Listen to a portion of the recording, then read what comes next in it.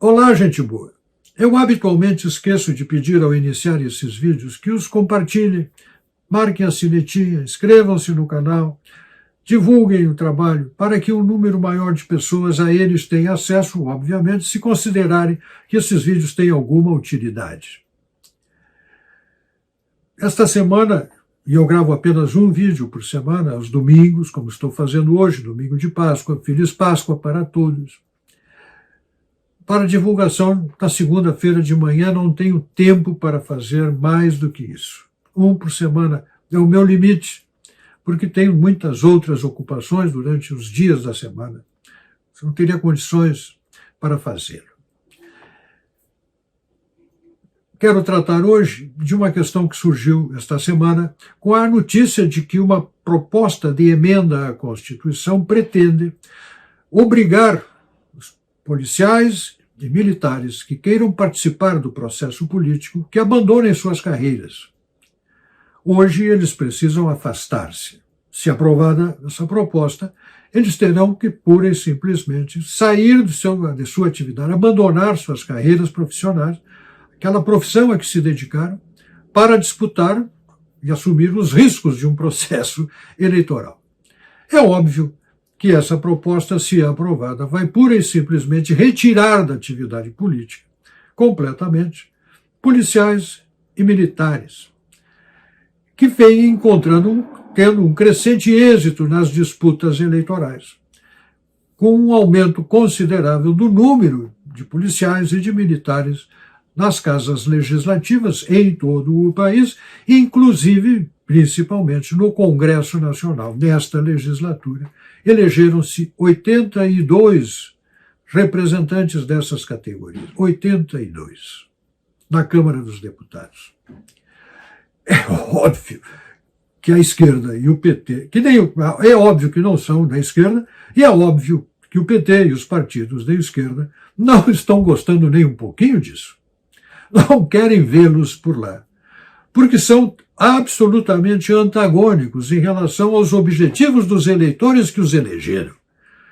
Que esses eleitores estão preocupados com a sua segurança, e essa não é a preocupação da esquerda. Os eleitores estão preocupados com a sua vida, com a garantia de seus bens, e essa não é uma preocupação da esquerda. A esquerda trabalha no sentido oposto, que fique bem claro. E mais uma evidência de que a esquerda trabalha no sentido oposto é proporcionada por esta iniciativa, por esta ideia. Tira esses caras daqui porque eles estão numa linha que não é a nossa. Fecha a porta de entrada para eles. Ora, eu não vou nem qualificar esta providência, porque ela é bem conhecida. Vem dos mesmos que a toda hora estão entrando nos tribunais, tentando impugnar candidatura dos seus concorrentes, tentando impedi-los de disputar a eleição, sob as teses mais absurdas. É como jogam um jogo. Simultaneamente, há um outro fenômeno, que é o surgimento e o crescimento vertiginoso dentro da atividade política e das casas legislativas e do Congresso Nacional, das igrejas evangélicas de perfil pentecostal. Uma infinidade de ramos, são mais de 1.900 denominações diferentes, mas algumas, as maiores, têm uma consistente representação parlamentar.